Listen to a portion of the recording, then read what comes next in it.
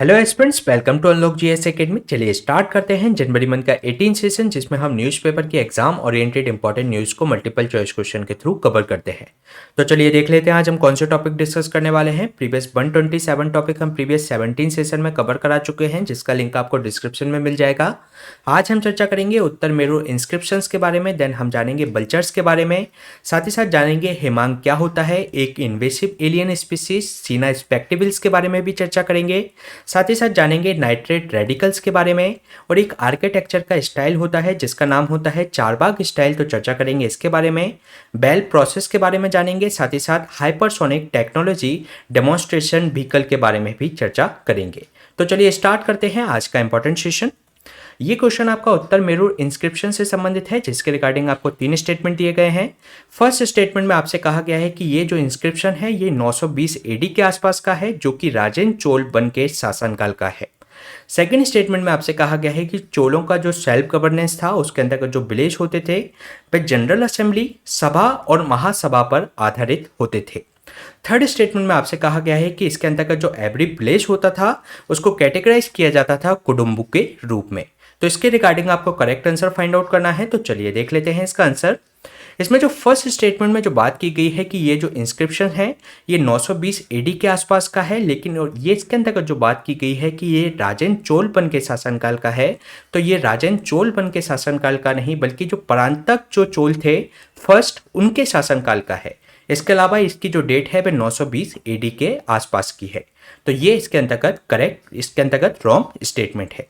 इसके अलावा second statement में जो बात की गई है कि चोलों का जो सेल्फ गवर्नेंस है उसके अंतर्गत जो विलेज होते थे वे जनरल असेंबली, सभा या महासभा पर आधारित होते थे, तो ये इसके अंतर्गत करेक्ट स्टेटमेंट है। इसके अलावा थर्ड स्टेटमेंट में जो बात की गई है इसके अंतर्गत जो हर जो विलेज होता है उसको कैटेगराइज किया जाता था कुडुम्ब के रूप में, तो ये भी इसके अंतर्गत करेक्ट है। इसलिए इसका जो आंसर हो जाएगा D 2 and 3 ओनली। चलिए जान लेते हैं अभी चर्चा में क्यों रहा। प्राइम मिनिस्टर ने जो डेमोक्रेटिक वैल्यूज़ थी हिस्ट्री के अंतर्गत इन जो डायनेस्टी की, तो उसके बारे में इन्होंने अपने जो 97 इनका जो मन की बात का जो प्रोग्राम था तो उसके अंतर्गत इन्होंने इसको जिक्र किया। इन्होंने इसके बारे में जो उत्तर मेरू जो इंस्क्रिप्शन था, साथ ही साथ जो लॉर्ड बसवेश्वरा का जो अनुभव मंडप था, साथ ही साथ काकतीय डायनेस्टी के जो एक लोकल लेवल पर जो ग्रास रूट लेवल पर जो गवर्नेंस दिखाई देता है, तो उसके बारे में इन्होंने मन की बात में जिक्र किया। तो चलिए जान लेते हैं इनको हम वन बाई वन करके। सबसे पहले अगर हम बात करें उत्तर मेरू इंस्क्रिप्शंस के बारे में, तो ये जो इंस्क्रिप्शन है, ये जो अभिलेख है, ये 920 एडी के आसपास का है और ये परांतक चोल फर्स्ट के शासनकाल का है, जिन्होंने 907 से 955 एडी के बीच में शासन किया। इसके अलावा इनका जो एंशियंट जो चोल प्लेस था, एक इनको कहा जाता था चतुर्वेदी मंगलम के रूप में जाना जाता था। साथ ही साथ अगर जो प्रेजेंट की अगर हम बात करें तो चेन्नई की जो आपका जो आज है, तो वहाँ पर इन गाँवों को देखा जाता था। साथ ही साथ जो चोल का जो सेल्फ गवर्नेंस है इसके अंतर्गत जो विलेज होते थे वे जनरल असेंबली, सभा या महासभा पर आधारित होते थे। और इस अगर हम बात करें उत्तर मेरू इंस्क्रिप्शन के अनुसार, तो जो चोला का जो कुडा बोलई जो इलेक्शन सिस्टम था वह काफ़ी ज़्यादा महत्वपूर्ण था। इस जो विलेज के अंतर्गत कैटेगराइज किया जाता था हर विलेज को कुडुम्बु के रूप में। इसको आप आज के बार्ड के रूप में देख सकते हैं, जो भी सिटी के अंतर्गत जो बार्ड होते हैं उनके रूप में एक तरीके से कुडुम्बु को आप ध्यान रख सकते हैं। इसके अलावा इसमें जो रिप्रेजेंटेटिव होते थे जनरल असेंबली के अंतर्गत, तो उनको इलेक्ट इसके अंतर्गत किया जाता था। और इनकी जो क्वालिफिकेशन होती थी इनको इलेक्शन कंटेस्ट करने की, तो उनके पास खुद की एक भूमि होनी चाहिए, साथ ही साथ उनका खुद का एक हाउस होना चाहिए था, या उनके पास एक लीगली ओन्ड साइट इनके पास होनी चाहिए। साथ ही साथ एक में मंत्रा ब्राह्मण हुआ करता था, उसकी नॉलेज इनके पास होनी चाहिए थी, और इनकी जो एज होनी चाहिए थी वह 35 साल से 70 साल के बीच में होनी चाहिए थी। इसके अलावा इससे संबंधित अगर एक बार ये इलेक्ट हो जाते थे तो इसमें डिस्क्वालिफिकेशन का भी प्रावधान था। अगर जो इलेक्टेड मेंबर है उसको अगर मिसकंडक्ट में अगर उसको जो गिल्टी अगर प्रूव कर लिया जाता है तो उसको इसके अंतर्गत डिस्क्वालीफाई भी किया जा सकता था। और साथ ही साथ उसको जो फ्यूचर इलेक्शंस जो होने वाले हैं उसके लिए भी डिबार इसके अंतर्गत किया जा सकता था। इसमें जो इस तरीके के जो मिसकंडक्ट होते थे, जिसमें आपका कोई भी आपका ब्राइब लेना और कोई मिस एप्रोप्रिएट व्यवहार करना, या उसका प्रॉपर्टी से संबंधित कोई मिस एप्रोप्रिएट व्यवहार करने से संबंधित इसके अंतर्गत मिसकंडक्ट माना जाता था। इसके अलावा इसमें जो कमेटी होती थी जो विलेज जनरल असेंबली के अंतर्गत, तो वह रिजॉल्व करती थी। इसमें जो मेंबर को चूज किया जाता था एनुअल कमेटी के अंतर्गत, जिसमें आपकी एक गार्डन कमेटी और वाटर बॉडीज कमेटी भी इसके अंतर्गत निर्धारित की जाती थी। तो ये हमने बात की उत्तर मेरु इंस्क्रिप्शन के बारे में। अब हम देख लेते हैं जो अनुभव मंडप था लॉर्ड बसवेश्वरा का, तो उसके बारे में। तो ये जो इस्टेब्लिश किया गया था लॉर्ड बसवेश्वरा के द्वारा अनुभव मंडपा को इसमें इस्टेब्लिश किया गया था, जो कि फैसिलिटेट करते थे जो गैदरिंग ऑफ फिलॉसफी, इनकी जो लॉर्ड बसवेश्वरा की जो फिलॉसफी थी, उनके जो अनुभव थे उसको एक तरीके से ये गैदर करता था। इसके अलावा जो अनुभव मंडपा होता था ये एक अर्लीस्ट पार्लियामेंट थी, जो कि हिस्ट्री ऑफ मैनकाइंड में अगर हम देखें तो ये एक अर्लीस्ट फॉर्म ऑफ पार्लियामेंट दिखाई देती है। साथ ही साथ इसके अंतर्गत जो प्रभु देवा थे, जो कि एक ग्रेट योगी और एक्स्ट्रा ऑर्डिनरी उनकी अचीवमेंट्स थी, इसके कारण उनको इसका प्रेसिडेंट बनाया गया था। साथ ही साथ जो लॉर्ड बसवा थे उन्होंने प्राइम मिनिस्टर के रूप में इसमें निर्धारित किए गए थे। इसके अलावा इसमें जो प्रॉब्लम इसके अंतर्गत कई तरीके के नेचर्स की हो सकती थी, जैसे कि सोशल इशू हो सकते थे, रिलीजियस, स्पिरिचुअल, साथ ही साथ योगिक या कोई साइकोलॉजिकल, इकोनॉमिक या लिटरेरी स्पेयर के अंतर्गत इसमें कोई भी प्रॉब्लम इसमें टैकल की जाती थी। इसमें आज की अगर हम पार्लियामेंट से इसको डिफर करें तो इसमें एक केवल ये डिफरेंस था कि जो अनुभव मंडपा के अंतर्गत जो आज हमारी जो पार्लियामेंट है वह पीपल के द्वारा इलेक्ट होती है, लेकिन जो अनुभव मंडपा होता था वह हायर अथॉरिटी ऑफ जो मंडप होते थे तो वह इसके मेंबर्स को एक तरीके से नॉमिनेट करते थे। इसके अलावा अगर हम बात करें लॉर्ड बसवेश्वरा के बारे में, तो इनका जो समय था 1105 से 1167 के बीच में था। ये 12th सेंचुरी के एक बेहतरीन पोइट और जिनका जन्म हुआ था कर्नाटक के अंतर्गत। ये अपने सोशल रिलीजियस रिफॉर्म के कारण, साथ ही साथ अनुभव मंडप जिसकी बात हमने अभी की, साथ ही साथ इनके जो वचन लिटरेचर हुआ करते थे, लिंगायत जो मूवमेंट इनके द्वारा ही चलाया गया था, तो ये साउथ इंडिया के अंतर्गत इसलिए ये काफ़ी ज़्यादा जाने जाते थे। साथ ही साथ इससे संबंधित एक बसवा पुराण है जिसको लिखा गया है पालुकुर की सोमनाथ के द्वारा 13th सेंचुरी में, जो कि बसवना की पूरी लाइफ और उनके जो आइडियाज़ थे उसके बारे में इस पुस्तक में लिखा गया है। साथ ही साथ उन्होंने रिजेक्ट किया था जो भी आपके डिस्क्रिमिनेशंस होते हैं, जो भी आपके भेद होते हैं, जो लिंग आधारित हो या आपकी कास्ट के आधार पर कोई भेदभाव करता है, तो उसका वो रिजेक्ट करते थे। साथ ही साथ जो धर्म के अंतर्गत जो सुपरस्टिशियस यानी कि जो अंधविश्वास और जो कर्मकांड हुआ करते थे उसको उन्होंने रिजेक्ट किया। साथ ही साथ ये स्ट्रॉन्ग प्रमोटर थे अहिंसा के सिद्धांत के, और उन्होंने जो कंडेम किया जो ह्यूमन और जो एनिमल सेक्रीफाइस किए जाते हैं कर्मकांड के नाम पर, तो उसको उन्होंने पूरी तरीके से कंडेम किया। इसके अलावा बसवा जयंती हर साल इनके जो जन्म पर इनको सेलिब्रेट की जाती है कर्नाटक के अंतर्गत। इसके अलावा थर्ड हम बात करें काकतीय ट्रेडिशन के बारे में, तो ये जो रीजन था आज के दिन में अगर हम देखें तो ये तेलंगाना और आंध्र प्रदेश के कुछ रीजन्स को इसके अंतर्गत मान सकते हैं। इसके अलावा 14th सेंचुरी में जो काकतीय डायनेस्टी का यहाँ पर शासनकाल रहा। साथ ही साथ इनकी जो कैपिटल थी वह वारंगल इनकी कैपिटल थी। इन्होंने कंस्ट्रक्ट किया था एक इरिगेशन टैंक्स को, जो कि एक वहाँ की जो पीजेंट्री लाइफ को, वहाँ की जो किसानों की लाइफ के लिए एक क्रिटिकल रोल प्ले करते थे, और इनके जो टैंक्स होते थे यूज किए जाते थे करेंटली। और ये जो इलेक्ट्रिशन जो कमेटी होती थी, इलेक्टेड जो कमेटी होती थी इन द विलेज, जिनको एक तरीके से इंस्टॉल किया जाता था इनकी मेंटेनेंस करने के लिए, कि वह इन टैंक्स, कैनाल और रेजरवायर का इन कमेटी के द्वारा मेंटेनेंस इसके अंतर्गत किया जाता था, और इनको ये जो इलेक्ट की जाती थी इन कमेटीज को। अगर हम बात करें काकतीय डायनेस्टी के बारे में, तो 12th से 13th सेंचुरी के बीच में इसका इमरजेंस देखा गया काकतीय इसका। और इसके अलावा ये जो फर्स्ट जो फ्यूडेटरी थे यानी कि जो सामंत थे, जो वेस्टर्न चालुक्य थे कल्याणी के, तो उनके सामंत काकतीय ये लोग थे, जो कि वहाँ की एक जो काकतीय जो एक वारंगल के पास में ही एक स्मॉल टेरिटरी थी उसके ये सामंत थे under the western Chalukya of Kalyani के अंतर्गत। इसके अलावा इनकी जो डायनेस्टी थी एक तरीके से जो पावरफुल लीडर थे इसके गणपति देवा, साथ ही साथ रुद्रमा देवी इसकी पावरफुल लीडर थी।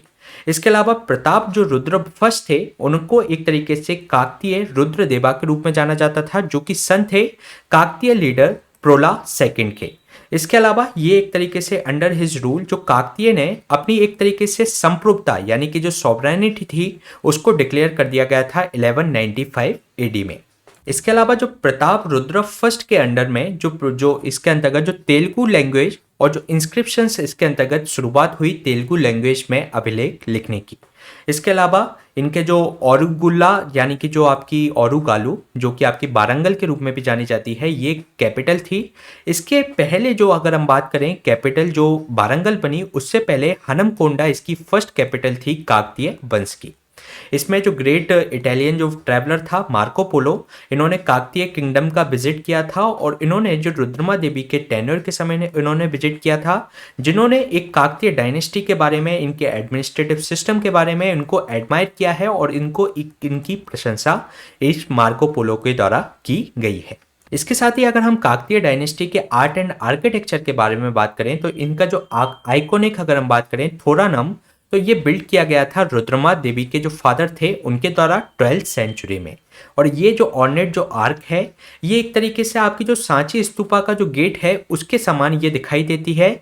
और जो आज के हम तेलंगाना के एम्बलम की बात करें तो वह भी ये ही आर्क जो कि थोरानम के नाम से जानी जाती है, तो ये ही उसका नेशनल एक तरीके से स्टेट का एम्बलम इसका है। इसके साथ ही जो वारंगल के अंतर्गत जो पखल जो लेक है वह भी गणपति देवा के द्वारा ही बनवाई गई थी। ये जो गणपति देवा हैं काकतीय डायनेस्टी के एक रूलर थे। साथ ही साथ 1000 जो पिलर था, जिसको आपको 1000 पिलर टेम्पल के रूप में जाना जाता है, जिसको आपकी यूनेस्को की वर्ल्ड हेरिटेज साइट्स के अंतर्गत भी शामिल किया गया है वारंगल में। तो ये बिल्ड किया गया था काकतीय रूलर के द्वारा। और इसका जो अनदर एग्जाम्पल हमें देखने को मिलता है काकतीय आर्किटेक्चर का, जो 1000 पिलर टेम्पल है। साथ ही साथ जो कोहिनूर जो डायमंड है, इन्हीं के समय पर ये इसको जो ब्रिटिश क्राउन का जो आज हिस्सा है, तो इनके समय पर ही काकतीय डायनेस्टी के समय पर ही इसको एक तरीके से माइन किया गया था कर्नाटक की खदानों से। साथ ही अगर हम इनकी सोसाइटी के बारे में बात करें तो जो काकतीय रूलर थे, इन्होंने जो कास्ट सिस्टम के आधार पर ये पूरे एक तरीके से रिजिड नहीं थे, यानी कि उनको जो जन्म के आधार पर जो कास्ट सिस्टम था उसके आधार पर उनको अपना ऑक्यूपेशन इनको नहीं चुनना पड़ता था। यानी कि इसके अंतर्गत जो ब्राह्मण है वह अध्ययन अध्यापन के कार्य में नहीं रहेगा, बल्कि वह अपनी इच्छा अनुसार कोई भी ऑक्यूपेशन इसके अंतर्गत चुन सकता था। इसके अलावा जो काकतीय रूलर थे, फाइनली ये एक तरीके से 1323 एडी में जो वारंगल को कॉन्कर्ड कर लिया गया। जब दिल्ली सल्तनत का जब शासन स्थापित हो गया दिल्ली के अंतर्गत, तो गयासुद्दीन तुगलक के द्वारा इनको कॉन्कर्ड कर लिया गया, जो वारंगल इनकी कैपिटल थी उसको। तो इनका जो शासनकाल रहा 1195 एडी से 1323 एडी के बीच में रहा। तो ये क्वेश्चन हमने डिस्कस किया उत्तर मेरू इंस्क्रिप्शन से संबंधित। चलिए चलते हैं नेक्स्ट क्वेश्चन पे। नेक्स्ट क्वेश्चन आपका बल्चर से संबंधित है, जिसके रिगार्डिंग आपको 3 स्टेटमेंट दिए गए हैं। फर्स्ट स्टेटमेंट में आपसे कहा गया है कि जो बल्चर्स होते हैं एक सोशेबल क्रिएचर्स होते हैं जो कि आपके एक कलेक्टिव यूनिट में देखे जाते हैं। सेकेंड स्टेटमेंट में आपसे कहा गया है कि ये प्रेफर करते हैं ऐसा हैबिटेट जो कि एक तरीके से डेजर्ट हो, सवाना हो, ग्रास लैंड, साथ ही साथ नियर द वाटर सोर्स ये रहना पसंद करते हैं। थर्ड स्टेटमेंट में आपसे कहा गया है कि ये एब्सेंट है ऑस्ट्रेलिया और जो मोस्ट ओशियनिक जो आइलैंड है उसके अंतर्गत। तो इसके रिगार्डिंग आपको करेक्ट आंसर फाइंड आउट करना है, तो चलिए देख लेते हैं इसका आंसर। इसमें जो फर्स्ट स्टेटमेंट में जो बात की गई है कि जो बल्चर्स होते हैं जिनको गिद्ध कहा जाता है, तो एक सोशेबल क्रिएचर्स होते हैं जो कि आपके ये कलेक्टिव यूनिट में ये पाए जाते हैं। तो ये इसके अंतर्गत करेक्ट स्टेटमेंट है। इसके अलावा ये जो हैबिटेट हैं जो प्रेफर करते हैं ऐसा एरिया जैसे कि डेजर्ट हो, सवाना हो और ग्रासलैंड के पास जो कि वाटर सोर्सेस के पास में हो, तो उनको ये प्रेफर करते हैं। तो ये इसके अंतर्गत करेक्ट स्टेटमेंट है। इसके अलावा थर्ड स्टेटमेंट में जो बात की गई है कि इनका जो एब्सेंस देखी जाती है इन ऑस्ट्रेलिया और जो मोस्ट ओशियनिक जो आइलैंड है उसके अंतर्गत, तो ये भी इसके अंतर्गत करेक्ट स्टेटमेंट है। इसलिए इसका जो आंसर हो जाएगा A, 1, 2 एंड 3। चलिए जान लेते हैं इसके बारे में। जो बल्चर्स होते हैं, जो बल्चर्स एक सोशिएबल क्रिएचर्स होते हैं जो कि सीन किए जाते हैं आपकी कलेक्टिव यूनिट्स में। अगर हम बात करें पूरे वर्ल्ड में लगभग बल्चर्स की 23 स्पीसीज हैं, जिसमें से 9 स्पीसीज हैं जो भारत में पाई जाती हैं। ये प्रेफर्ड करते हैं ऐसे हैबिटेट्स जो कि वाटर सोर्सेस के पास हों। ये हो सकते हैं डेजर्ट, सवानास या ग्रासलैंड्स। इसके अलावा ये एक तरीके से जो हाइट पर ये उड़ते हैं, अर्थ की सरफेस से कुछ ऊंचाई पर उड़ते हैं और ये समूह में एक तरीके से सर्कल के रूप में ये उड़ते हैं। और ये एक जो राइजिंग जो करंट होती है, जो एयर करंट के साथ में ही ये एक तरीके से उड़ते हैं। इसके अलावा ये जो इनहेबिट करते हैं जो माउंटेन रेंजेस होती हैं up to the 3000 metre above the sea level. और जो बल्चर्स हैं ये वाइडली डिस्ट्रीब्यूटेड हैं अक्रॉस द वर्ल्ड, लेकिन इनकी एब्सेंस देखी जाती है ऑस्ट्रेलिया और मोस्ट जो ओशियनिक जो आइलैंड्स हैं उसके अंतर्गत। इनके लगभग एक तरीके से बाल्ड हेड होते हैं और समटाइम्स इनका जो थ्रोट होता है, इनका जो गला होता है वह भी बाल्ड होता है, जिसके कारण से ये रेगुलेट कर पाते हैं अपने बॉडी टेम्परेचर्स को। इसके अलावा हम देख लेते हैं अभी रिसेंट में ये अभी चर्चा में क्यों रहा। इसको फर्स्ट टाइम अगर हम बात करें 2017 से, तो एक बर्डर्स के द्वारा इनको स्पॉट किया गया रेड हेडेड बल्चर्स को, और ये कहाँ पर देखा गया, जो दिल्ली की भाटी माइंस है उसके अंतर्गत इसको देखा गया। इसके अलावा इसी वीक के अंतर्गत जो रेयरेस्ट ऑफ रेयर जो ब्लैक बल्चर्स होते हैं उसको भी इसमें गुरुग्राम के चंदू बुदेरा के अंतर्गत देखा गया।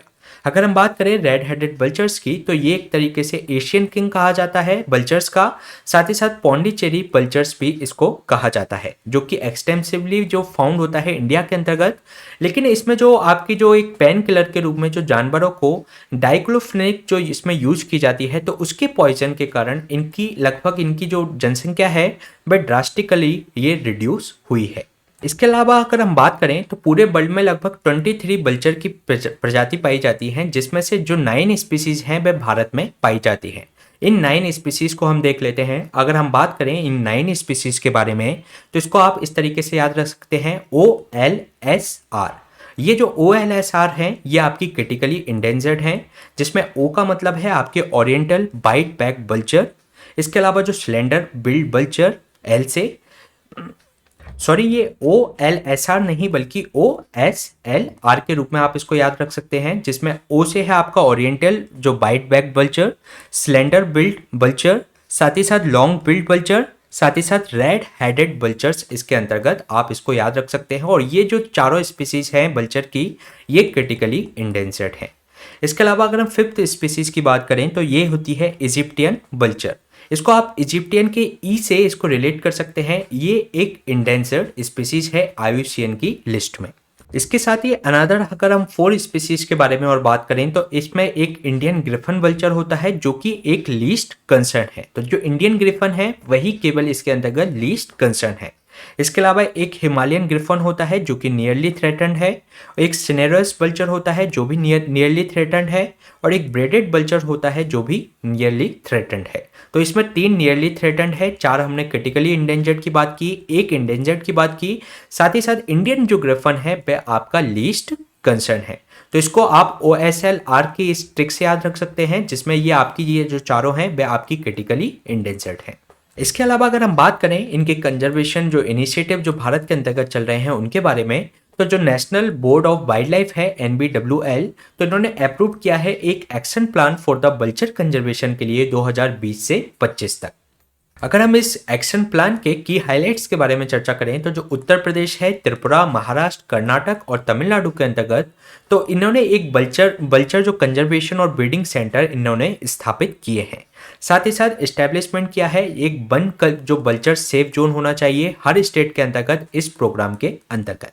इसके अलावा इसमें जो सिस्टम किया गया है कि ऑटोमेटिकली रिमूव कर दिया जाए जो ड्रग है, जो डाइक्लोफिनेक के कारण इनकी जो मृत्यु हो रही है, तो जो ड्रग कंट्रोलर ऑफ इंडिया के द्वारा इस जो टॉक्सिक जो आपकी डाइक्लोफिनेक है तो उसको दूर करने का इनका प्रयास किया जा रहा है।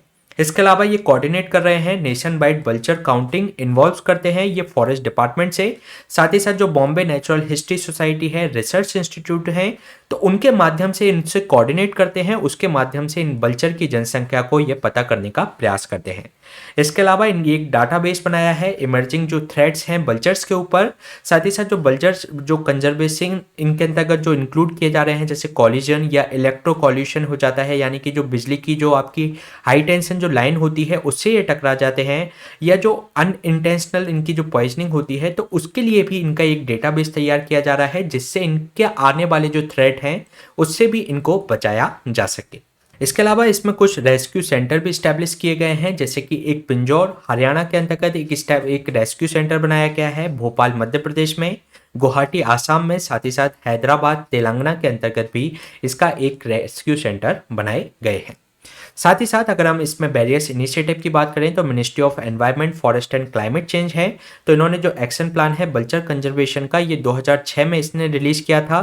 साथ ही साथ जो ड्रग कंट्रोलर ने बैन कर दिया था जो वेटरनरी यूज किया जाता है डाइक्लोफिनेक का, तो इसको ही आपको 2011 तक अगर हम देखें तो इसके कारण इनिशिएटिव के कारण इस सेम ईयर में ही इसकी जो डिक्लाइन हो रही थी बल्चर की पॉपुलेशन की, वह इस तरीके से इसमें रोकी जा सकी थी।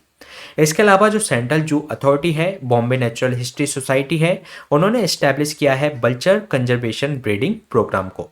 इसके अलावा जो इन्होंने सक्सेसफुली जो 3 क्रिटिकल जो इंडेंजर्ड जो स्पीसीज हैं उनके लिए एक कैप्टिव ब्रीडिंग को इस तरीके से फर्स्ट टाइम इन्होंने एस्टैब्लिश किया है। साथ ही साथ जो मिनिस्ट्री है अभी एक लॉन्च करने वाली है कंजर्वेशन प्लान फॉर जो रेड हेडेड जो वल्चर की हमने बात की, जो कि आपका आता है क्रिटिकली इंडेंजर्ड में, और इसको आप याद कैसे रखेंगे, OSLR की फॉर्म में।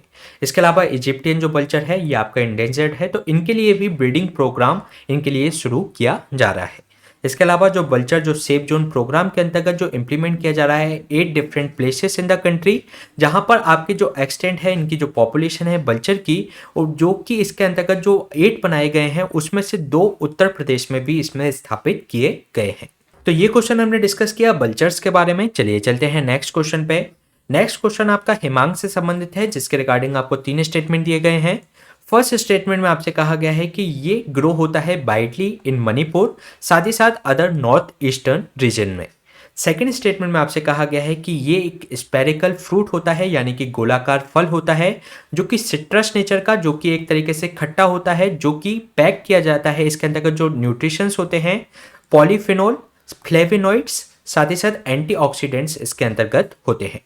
इसके अलावा ट्रेडिशनली जो हीलर्स होते हैं जो आपके जो मणिपुर के, जिनको माइबास और माइबीस कहा जाता है, तो वे प्रिस्क्राइब करते हैं हिमांग को, जो कि कॉमन जो गैस्ट्रोनॉमिकल जो प्रॉब्लम्स होती हैं उनके लिए, जैसे कि डायरिया या डिसेंट्रीज यानी कि पैचेस, अगर कोई बीमारी होती है तो उसके लिए इनको रिकमेंड किया जाता है। तो इसके रिगार्डिंग आपको करेक्ट आंसर फाइंड आउट करना है, तो चलिए देख लेते हैं इसका आंसर। इसमें जो फर्स्ट स्टेटमेंट में जो बात की गई है कि ये जो ग्रो की जाती है वाइडली इन मणिपुर और अदर नॉर्थ ईस्टर्न रीजन में, तो ये इसके अंतर्गत करेक्ट स्टेटमेंट है।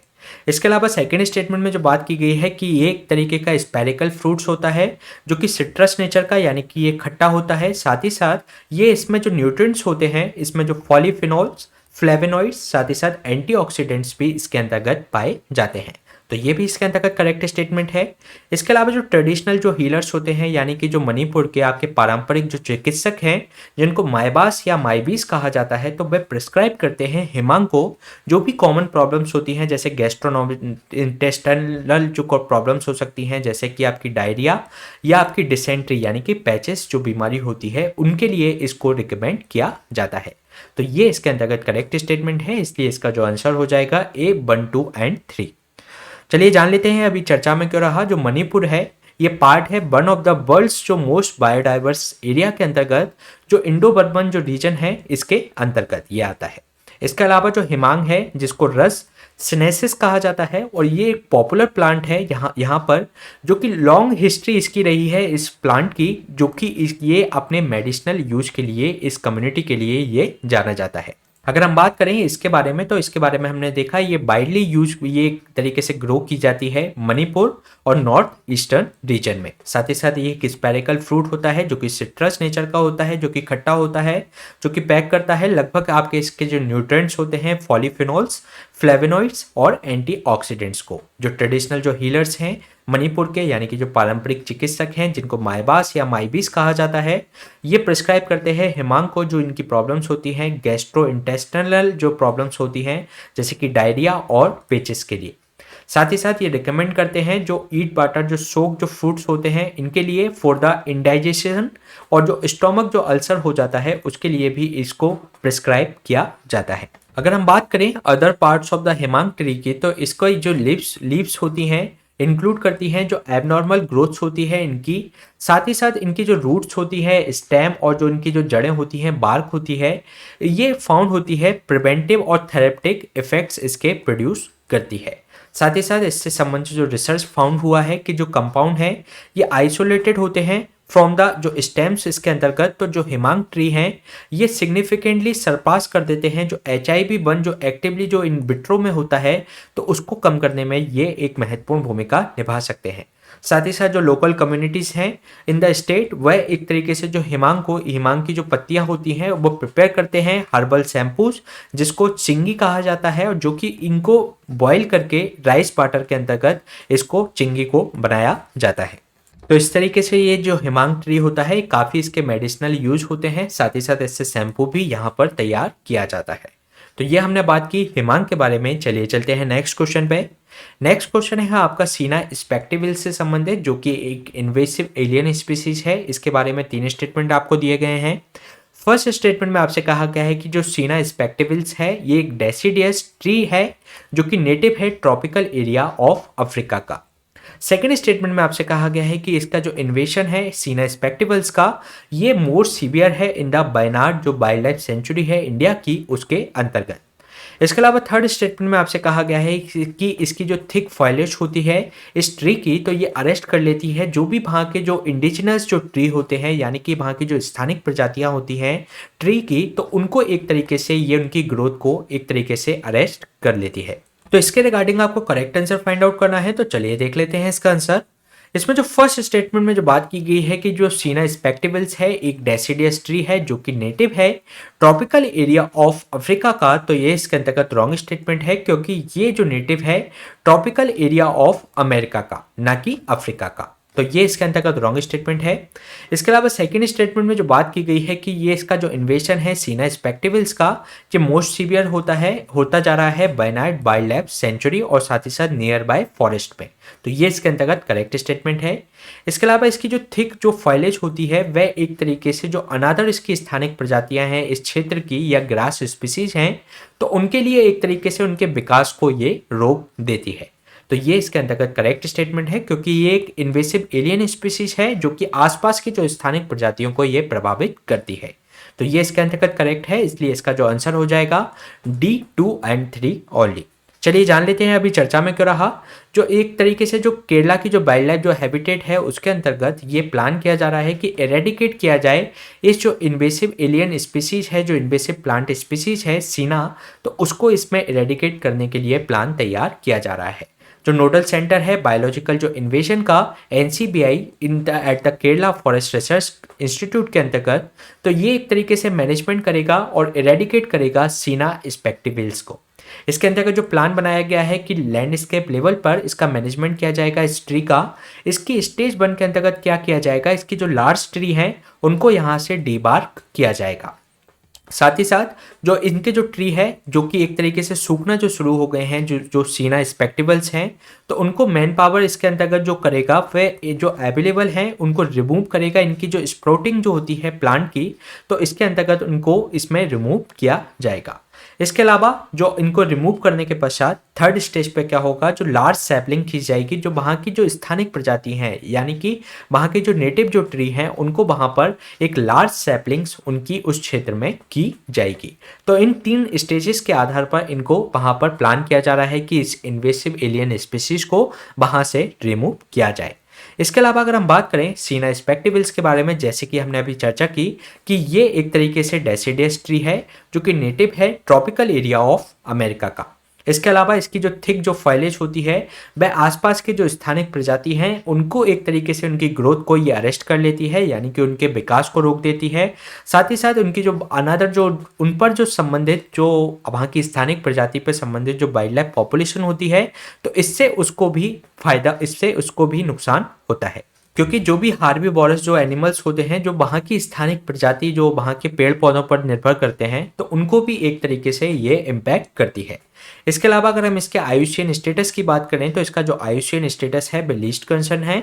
और जो इन्वेशन की अगर हम बात करें सीना स्पेक्टिवल्स की, तो ये एक जो मोस्ट सीवियर है जो बायनाड जो वाइल्ड लाइफ सेंचुरी है उसके अंतर्गत। और इसके अलावा अगर हम बात करें इसके बारे में बेनार्ड जो आपकी जो वाइल्ड लाइफ सेंचुरी है उसके बारे में, तो ये एक पार्ट है नीलगिरी जो बायोस्फीयर रिजर्व है उसका। साथ ही साथ जो मुद्दुमलाई जो wild life sanctuary, Bandipur national park, Nagarhole national park, Mukurthi national park, साथ ही साथ साइलेंट वैली नेशनल पार्क से भी ये टच करता है। साथ ही साथ ये एक वर्ल्ड लार्जेस्ट रिकॉर्डेड पॉपुलेशन है एशियाटिक एलिफेंट की बायनाड के अंतर्गत पाई जाती है। और यहाँ पे जो राबिनी जो रिवर है काबिनी और इसकी जो 3 ट्रिब्यूटरी हैं वह यहाँ से होकर निकलती है। तो ये आपको कर्नाटक और जो आपका केरला है, तमिलनाडु है, इन तीनों की सीमा के बीच में ये आपको देखने को मिल जाएगा। साथ ही साथ जो नीलगिरी और जो मुखुर्ती जो नेशनल पार्क हैं वह भी आसपास ही इसके स्थित है। तो ये हमने बात की एक इन्वेसिव एलियन स्पीसीज जो सीना स्पेक्टिवल्स के बारे में। तो चलिए चलते हैं नेक्स्ट क्वेश्चन पे। नेक्स्ट क्वेश्चन है आपका नाइट्रेट रेडिकल से संबंधित, जिसके रिगार्डिंग आपको 3 स्टेटमेंट दिए गए हैं। फर्स्ट स्टेटमेंट में आपसे कहा गया है कि जो नाइट्रेट रेडिकल्स होते हैं ऑक्साइड होते हैं नाइट्रोजन के, जो कि कंसिस्ट करते हैं एक ऑक्सीजन एटम्स जो कि बाउंड होती है नाइट्रोजन एटम से। इसके अलावा सेकेंड स्टेटमेंट में आपसे कहा गया है कि जो नाइट्रेट रेडिकल्स हैं ये ऑक्सीडाइज करते हैं गैस पॉपुलेशंस को, जैसे कि पॉल्यूशंस को, जैसे कि आपके जो वॉलेटाइल जो ऑर्गेनिक जो कंपाउंड्स होते हैं पॉल्यूटेंट्स, साथ ही साथ ये जनरेट करते हैं ओजोन और सेकेंडरी ऑर्गेनिक एरोसोल्स को। थर्ड स्टेटमेंट में आपसे कहा गया है कि जो नाइट्रोजन ऑक्साइड्स हैं ये एक रिएक्टिव गैसेस होते हैं जो कि रेगुलेट करते हैं फॉर्मेशन ऑफ एयर पॉल्यूटेंट्स, जो कि इंक्लूड करते हैं ओजोन और PM2.5 पार्टिकल्स को। तो इसके रिगार्डिंग आपको करेक्ट आंसर फाइंड आउट करना है, तो चलिए देख लेते हैं इसका आंसर। इसमें जो फर्स्ट स्टेटमेंट में जो बात की गई है कि जो नाइट्रेट रेडिकल्स हैं एक ऑक्साइड होते हैं नाइट्रोजन, जो कि कंसिस्ट करते हैं एक ऑक्सीजन एटम्स जो कि बाउंड होता है नाइट्रोजन एटम से। तो ये एक ऑक्सीजन को नहीं बल्कि 3 ऑक्सीजन इस नाइट्रोजन एटम से इसमें बाउंड होती है, यानी कि NO3 नाइट्रेट रेडिकल्स के रूप में जानी जाती है। तो ये इसके अंतर्गत रॉन्ग स्टेटमेंट हो जाएगा। इसके अलावा सेकंड स्टेटमेंट में जो बात की गई है कि जो नाइट्रेट रेडिकल्स होते हैं ये ऑक्सीडाइज करते हैं जो भी हमारे गैस पॉल्यूटेंट्स होते हैं उनको, जैसे कि वॉलेटाइल जो ऑर्गेनिक कंपाउंड्स होते हैं वातावरण में उनको, साथ ही साथ ये जनरेट करते हैं ओजोन और सेकेंडरी ऑर्गेनिक जो एरोसोल्स होते हैं उनके लिए। तो ये इसके अंतर्गत करेक्ट स्टेटमेंट है। इसके अलावा थर्ड स्टेटमेंट में जो बात की गई है कि जो नाइट्रोजन ऑक्साइड्स होते हैं ये एक रिएक्टिव गैस होती है जो कि रेगुलेट करती है फॉर्मेशन ऑफ एयर पॉल्यूटेंट्स जो भी होते हैं, जिसमें इंक्लूड करते हैं जो आपकी ओजोन होती है और PM2.5 जो पार्टिकल्स होते हैं उनको ये जनरेट करता है। तो ये इसके अंतर्गत करेक्ट स्टेटमेंट है, इसलिए इसका जो आंसर हो जाएगा D 2 and 3 ओनली। चलिए जान लेते हैं इसके बारे में। ये जो नाइट्रेट रेडिकल्स हैं ये एक तरीके से एयर पॉल्यूशंस जो कि बर्स्ट होता जा रहा है चाइना और इंडिया के अंतर्गत भी इस तरीके की समस्या हमें देखने को मिल रही है। अगर हम बात करें नई स्टडी की तो इसमें फाउंड हुआ है कि जो इंडिया और चाइना के अंतर्गत जो हॉट स्पॉट बन गया है, जो नाइट टाइम जो प्रोडक्शन होता है नाइट्रेट रेडिकल्स का, जो कि इंक्रीज कर रहे हैं अमाउंट ऑफ डेडली जो ओजोन्स है और PM2.5 पार्टिकल्स होते हैं उनको एक तरीके से एटमॉस्फेयर में ये बढ़ा रहे हैं। अगर हम बात करें नाइट्रेट रेडिकल्स की तो ये एक तरीके के ऑक्साइड होते हैं नाइट्रोजन के, जो कि कंसिस्ट करता है 3 ऑक्सीजन एटम को, जो कि बाउंड होता है नाइट्रोजन एटम से। इसके अलावा जो नाइट्रोजन ऑक्साइड्स होते हैं एक तरीके की रिएक्टिव गैसेस होते हैं जो कि रेगुलेट करते हैं फॉर्मेशंस ऑफ एयर पॉल्यूटेंट्स, जिसमें जो कि हमने अभी बात की इंक्लूड करते हैं ओजोन और PM2.5 पार्टिकल्स को। साथ ही साथ जो नाइट्रेट जो रेडिकल्स होते हैं जो ऑक्सीडाइज करते हैं गैस पॉल्यूटेंट्स को, जैसे कि वॉलेटाइल जो ऑर्गेनिक कंपाउंड्स होते हैं हमारे, साथ ही साथ ये एक जो जनरेट करते हैं ओजोन और सेकेंडरी जो ऑर्गेनिक एरोसोल्स होते हैं उनको भी ये जनरेट करते हैं।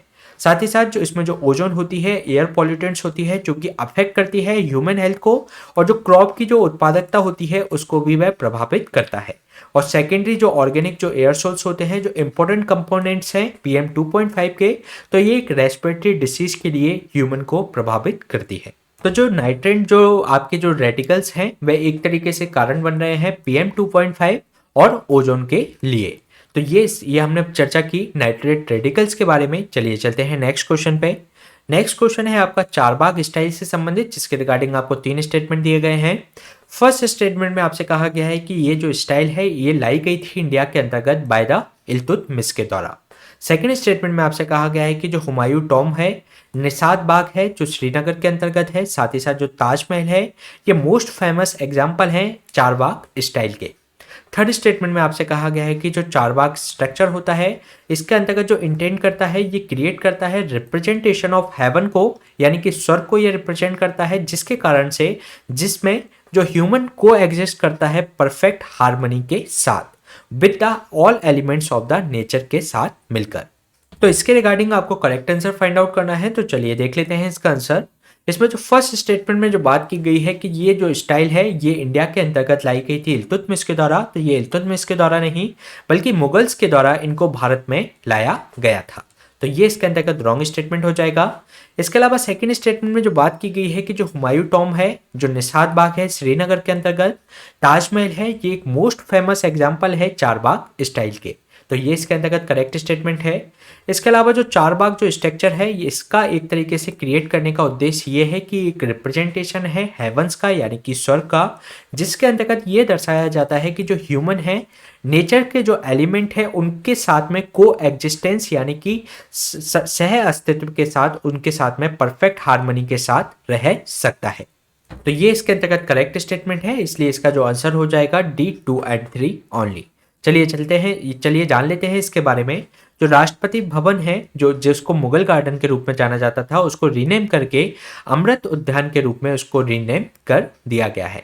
अगर हम बात करें इसके कॉन्टेक्स्ट की तो जो आइकॉनिक जो मुगल गार्डन था राष्ट्रपति भवन जो प्रेसिडेंट हाउस के अंतर्गत है उसको रीनेम इसके अंतर्गत कर दिया गया है। अगर हम इसकी हिस्ट्री के बारे में बात करें तो एट द टाइम ऑफ जब शिफ्ट की गई थी Indian capital from the Calcutta to Delhi in 1911 के अंतर्गत, तो इसमें जो 4000 जो एकड़ ऑफ लैंड थी उसको एक्वायर किया गया था और कंस्ट्रक्ट किया गया था वाइसराय हाउस के रूप में, जो कि मुगल स्टाइल गार्डन्स भी इसके अंतर्गत ये बनाया गया था। अगर हम बात करें सर एडविन जो लुटियंस थे, ये एक तरीके से इनको टास्क दिया गया था कि ये एक बिल्ड करें रायसीना हिल्स पर इस प्रेसिडेंट हाउस को। इसके अलावा जो लुटियंस जो डिजाइन इनके नाम से जाना जाता है ये कंबाइन करता है एलिमेंट्स ऑफ जो हमारे पारंपरिक जो यूरोपियन आर्किटेक्चर है उसको, साथ ही साथ जो इंडियन स्टाइल का जो आर्किटेक्चर है उसका एक मिला जुला स्वरूप लुटियंस डिजाइन के अंतर्गत आता है। अगर हम बात करें इस चारबाग स्टाइल के अंतर्गत तो इस तरीके से इसमें एक चैनल बनाया जाता है बाटर चैनल, और इसमें जो एक तरीके से बीच में चारबाग स्टाइल की तरह चारों तरफ बाटर कैनाल और बीच के अंतर्गत यहाँ पर उद्यान इसके अंतर्गत बनाए जाते हैं। इसके अलावा अगर हम बात करें जो चारबाग स्टाइल के बारे में तो जो मुगल्स के द्वारा 1526 से 1858 तक जिन्होंने राज किया तो उनके द्वारा अप्रिशिएट किया गया था इस गार्डन को, और जो बाबर जिसका जिक्र बाबरनामा में मिलता है जिसमें ये एक तरीके से उनका फेवरेट काइंड ऑफ गार्डन था पर्सियन चारबाग स्टाइल का, जिसको 4 गार्डन्स के नाम से लिटरली रूप में जाना जाता था। इसके अलावा जो चारबाग जो स्टाइल है पर्सियन स्टाइल है गार्डन की। इसके अलावा इसमें जो मेन बिल्डिंग होती है उसको सेंटर में रखा जाता है और जो क्वाड्रिलेटरल गार्डन्स को इसमें तैयार किया जाता है और डिवाइड किया जाता है इसके जो वॉक पे होते हैं, जिसके थ्रू इसके जो मेन जो आपके मिडिल जो इस बिल्डिंग तक जाते हैं तो उसके लिए जो वॉक पे होता है उसको एक डिवाइड किया जाता है जो फ्लोइंग वाटर है उसके थ्रू, और इसको 4 स्मॉल पार्ट्स में इसमें डिवाइड किया जाता है। ये जो स्टाइल होती है इंडिया में मुगल्स के द्वारा लाई गई।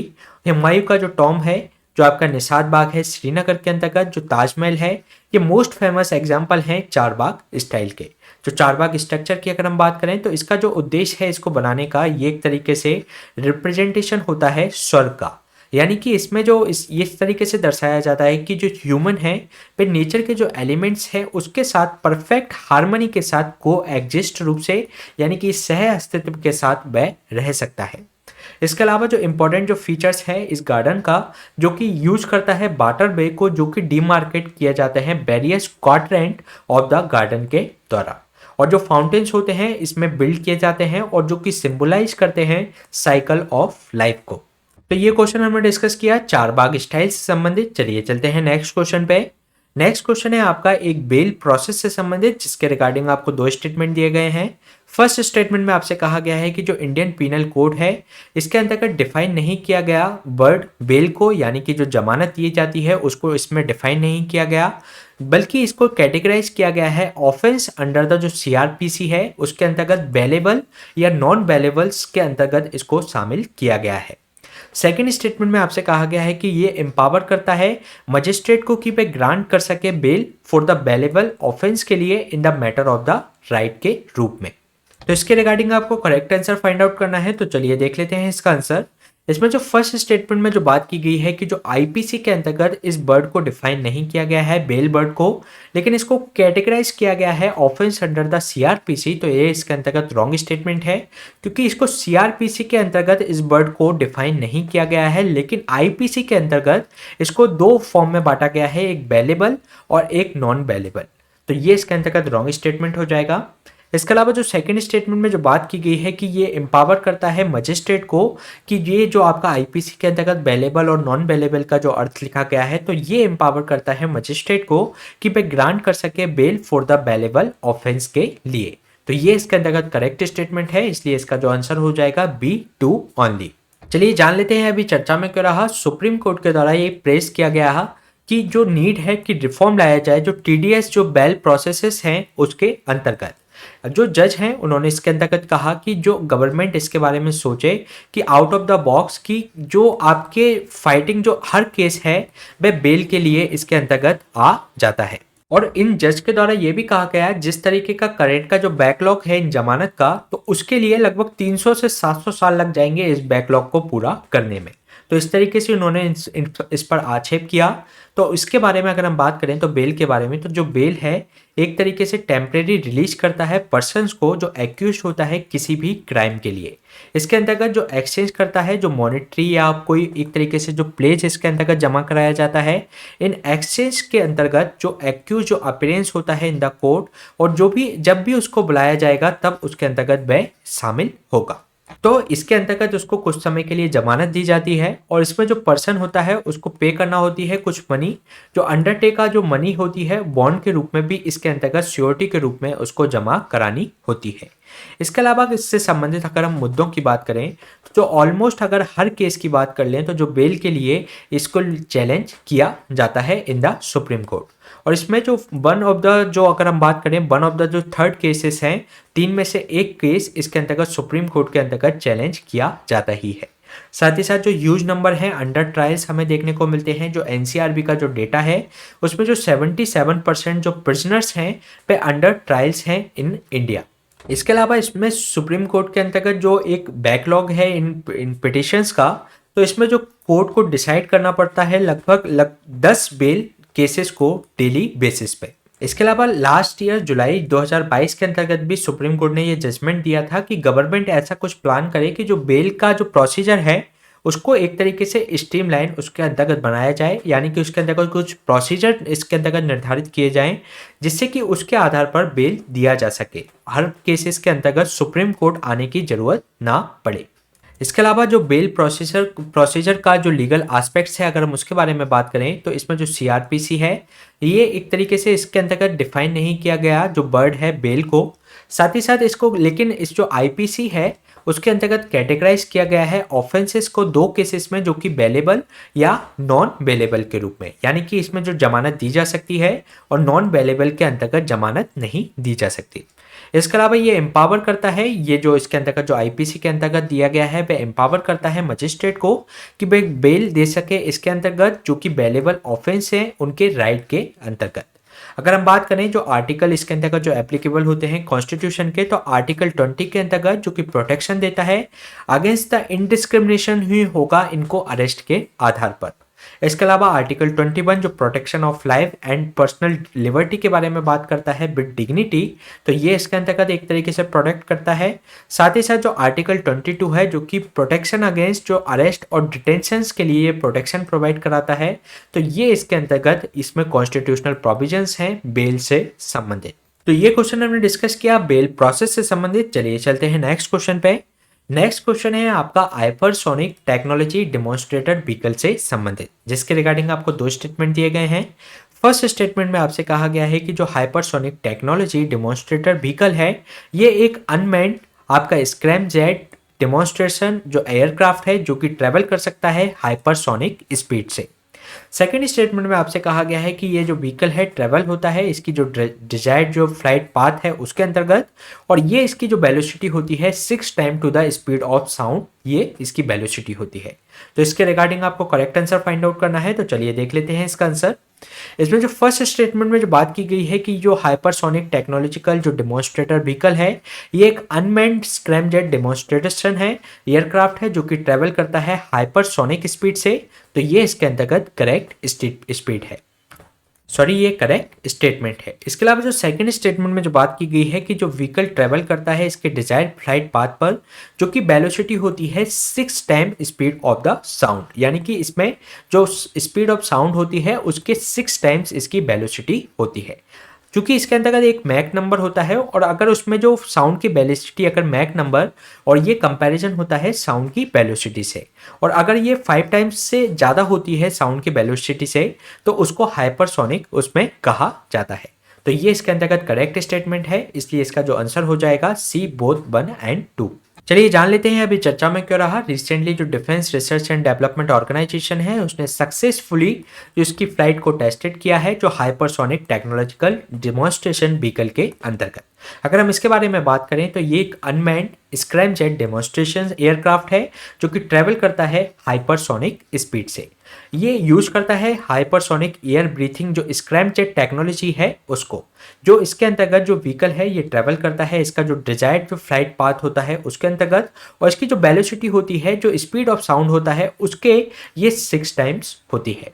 इसके अलावा अगर हम बात करें मैक नंबर की तो ये डिस्क्राइब करता है कि जो एयरक्राफ्ट की जो स्पीड होती है वह स्पीड ऑफ साउंड से ये कितने गुना है। यानी कि इसके अंतर्गत हम बात करें तो जो अगर मैक 1 की बात करें तो ये स्पीड ऑफ साउंड के बराबर हो जाएगा ये एयरक्राफ्ट, और इसके अलावा अगर इसके कितने गुना है तो वह उसकी मैक स्पीड उसके अंतर्गत जानी जाती है। जैसे कि अगर हम बात करें इसमें जो मैक की अगर हम बात कर लें 6 टाइम्स, तो इसका मतलब ये होगा मैक नंबर जो 6 है वह 6 टाइम्स है स्पीड ऑफ साउंड से, और जो स्पीड ऑफ साउंड कितना माना जाता है 343 मीटर पर सेकंड को स्पीड ऑफ साउंड के रूप में जाना जाता है। इसके अलावा अगर हम बात करें एयर ब्रीथिंग इंजन के बारे में तो जो एयर ब्रीथिंग जो इंजन होते हैं ये ऑक्सीजन यूज करते हैं एटमॉस्फेयर की at the combustion of fuels के लिए, क्योंकि इसके अंतर्गत जो आपका एयर टरबाइन जो फ्यूल होता है तो उसको जलाने के लिए ऑक्सीजन की रिक्वायरमेंट होती है। तो जो एयर ब्रीथिंग जो इंजन होते हैं उसके लिए इसमें जो फ्लाइट होती है या जो एयरक्राफ्ट होता है तो उसमें ऑक्सीडाइजर लगाने की जरूरत नहीं पड़ती। ये क्या करती है जो एटमॉस्फेयर की जो आपकी एयर होती है ऑक्सीजन होती है तो उसको यूज करके इसके कंबशन ऑफ फ्यूल्स के लिए इसको यूज किया जाता है।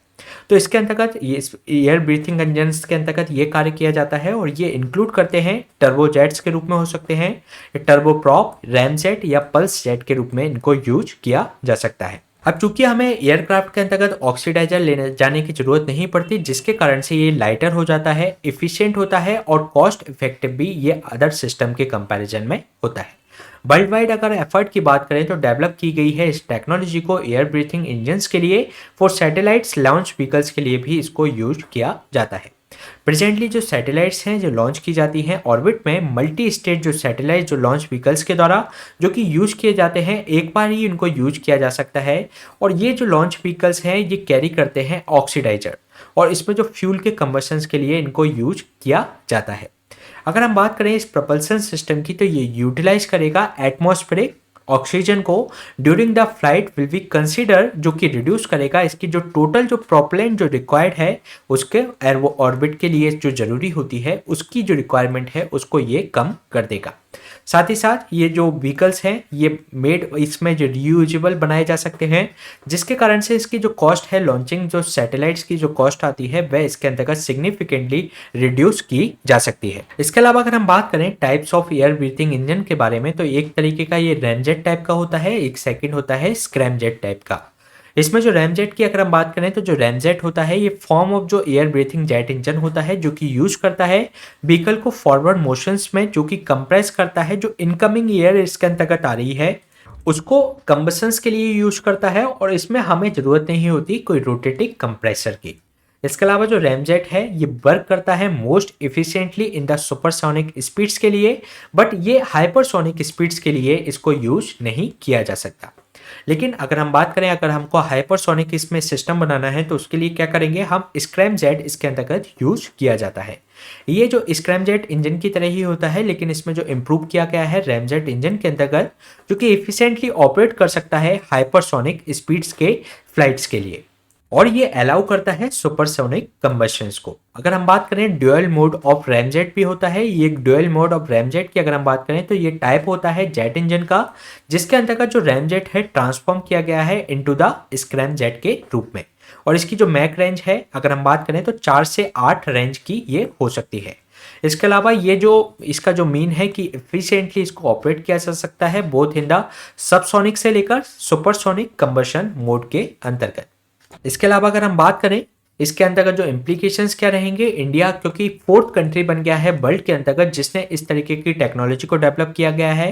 फर्स्ट तो था इसके अंतर्गत यूएसए ने इसको डेवलप किया था, रसिया और चाइना के पास इस तरीके की अभी टेक्नोलॉजी मौजूद है।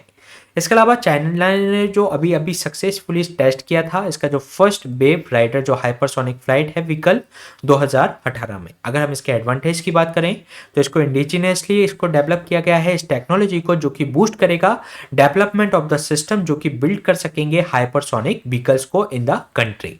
साथ ही साथ ये एक तरीके से डेवलप किया जा सकेगा जो कैरियर व्हीकल्स होते हैं लॉन्ग रेंज जो क्रूज मिसाइल को ले जाने के लिए इन द डिफेंस सेक्टर, तो उसके लिए भी इसको यूज किया जा सकता है। साथ ही साथ ये इंक्लूड करता है ऑफेंसिव और डिफेंसिव जो आपकी हाइपरसोनिक क्रूज मिसाइल्स होती हैं उन सिस्टम के लिए भी इस सिस्टम को यूज किया जा सकता है।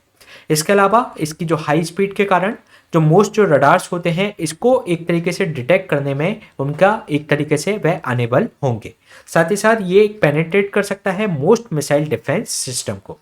ये जो टेक्नोलॉजी है ये हेल्पफुल रहेगी स्पेस सेक्टर के लिए भी, जो कि डेवलप कर सकते हैं हम लो कॉस्ट हाई एफिशिएंट जो रीयूजेबल जो सैटेलाइट्स हैं, क्योंकि अभी जो हम सैटेलाइट्स जो भेजते हैं उसमें जो लॉन्च व्हीकल जो भेजा जाता है तो वो एक तरीके से जो लॉन्च व्हीकल हम उसको एक बार ही यूज कर सकते हैं। तो इस तरीके से ऐसे डिज़ाइन करने की कोशिश की जा रही है कि जो हम सैटेलाइट जो भेजते हैं उसका जो लॉन्च व्हीकल होता है उसको रीयूज कर सकें, यानी कि रीयूजेबल सैटेलाइट्स के लिए ये काफ़ी ज़्यादा उपयोगी हो सकता है। लेकिन इसका डिसएडवांटेज क्या है? डिसएडवांटेज यही है कि ये एक इसकी जो कॉस्ट है काफ़ी ज़्यादा हाई है। तो ये क्वेश्चन हमने डिस्कस किया हाइपरसोनिक टेक्नोलॉजी की डेमोन्स्ट्रेटर व्हीकल के बारे में। इसी तरीके के सेशन हम आपके बीच में लाते रहेंगे और आप हमसे इस टेलीग्राम चैनल से भी जुड़ सकते हैं। Please stay tuned, subscribe the unlock GS academy. Thank you.